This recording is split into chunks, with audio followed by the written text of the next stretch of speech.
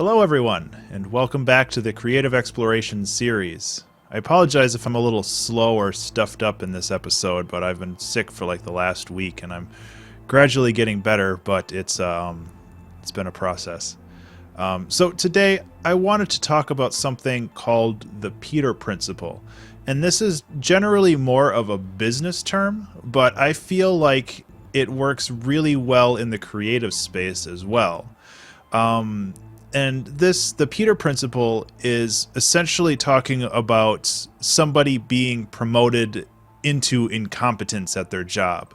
So what I'm trying to say is like somebody's really good at their job, so they get a promotion, and they're really good at the new job, so they get a promotion, and like they're okay at the next job, so they get promoted again, and now they're stuck in this job where they don't really know what to do anymore because like they grew too fast for their own good, really.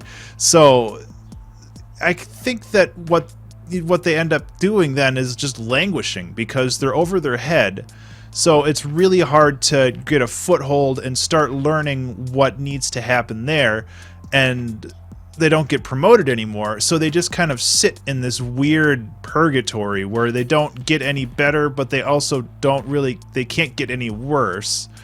So I think that can actually be reflected really well into creative work. So and I've seen this happen recently with somebody in game development where they were really good at pixel art, so they tried animation, and they were super good at animation, so they decided to go with 3D modeling, and then all of a sudden their 3D modeling was good, but it wasn't as good as their pixel art in my opinion. And all of a sudden they're super committed and they're proud with what they're doing, but they're like committed to this one thing, and like their project I feel is starting to just languish a little bit. And I don't want to name names obviously, but I think that it's something that it's a really easy trap to fall into. And this doesn't just work with like art, it works with like music and drawing and anything else. It's basically realizing you're really good at this one style, so you just like heap on another style on top of that, and all of a sudden you're like learning 4 or 5 different things at once, and you kind of lose the fundamentals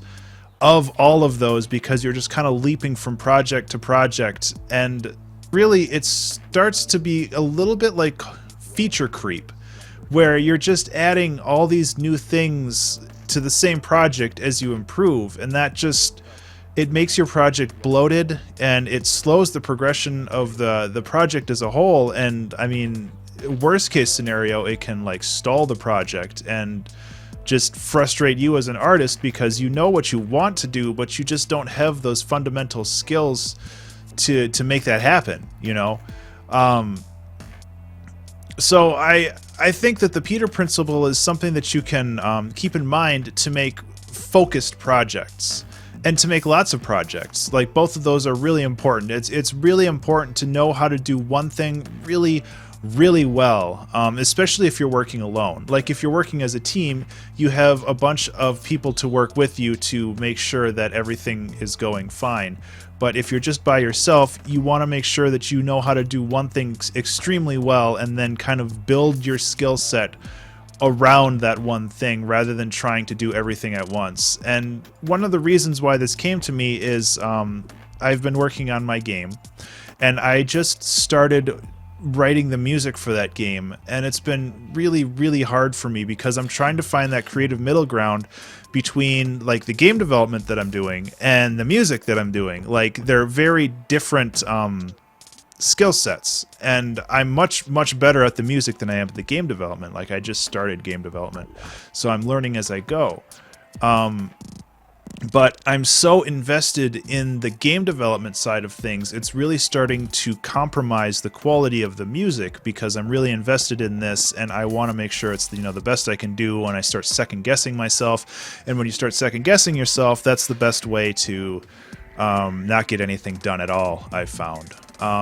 So really worrying about both sides is taking quality away from the other, and I just need to basically shut my development brain off, and I need to work on music, and then I need to do the opposite when I'm working on the game. Like I just can't think about music. And I think when you get more experience, with all of these like disparate skills, then you can think about them working in tandem. But when you're just kind of learning all these new things, it's really easy to get invested in one thing and then just not really know where to go from there.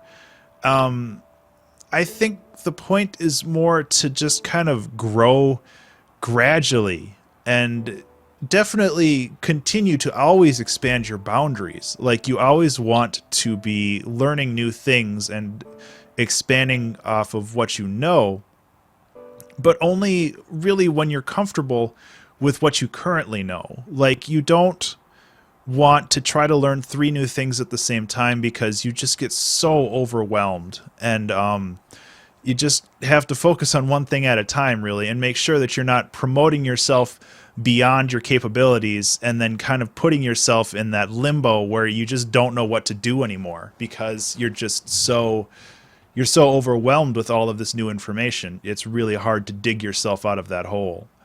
And granted, knowing a little about a lot of different subjects can be super useful at times, but knowing a handful of subjects really, really well allows you to fall back on something when you have creative droughts.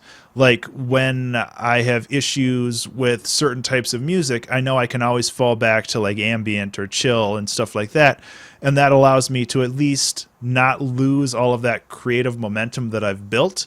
I still have something that I can fall back on and at least make something to reaffirm that I'm not I'm not completely terrible at what I do sometimes. And I think having that that ability is really, really invaluable to an artist, because you're able to sit down and just make things, and having those extra skills to build on is nice, but it's not always necessary, if that makes any sense.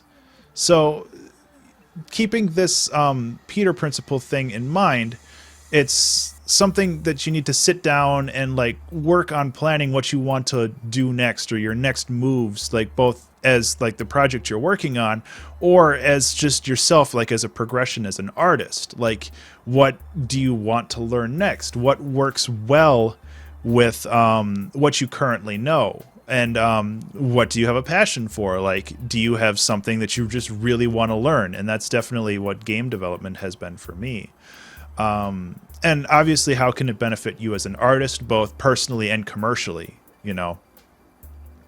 Now, like all of these videos that I post, this is more of a guideline than a rule. Like, I don't want to tell people, you know, well, you can't learn 3 things at once because it's impossible. It's not impossible. Everybody's different. It's just, it can be really easy to fall into that trap where all of a sudden you're just overwhelmed and you don't know what to do next. And so don't worry about limiting yourself in that regard. Just worry about constraining your creativity and like constraining your free time, so you're still able to be mindful with how you expand your skills and your projects as a whole, you know? So I think that that's pretty much all I really had to say for this one. If you have any thoughts or comments on this video, I would love to hear them in the comments below. If you found this video interesting and you think that it would be useful to other people, please consider sharing it on various social medias and with people, creative people that you know. That would really help me out. And if you've personally found this video interesting, consider giving it a like and subscribing to my channel, because I do plan on creating a lot more of these videos in the future. So if you wanted to get in contact with me, my contact information is down there.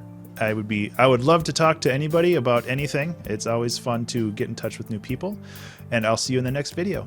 Be remarkable.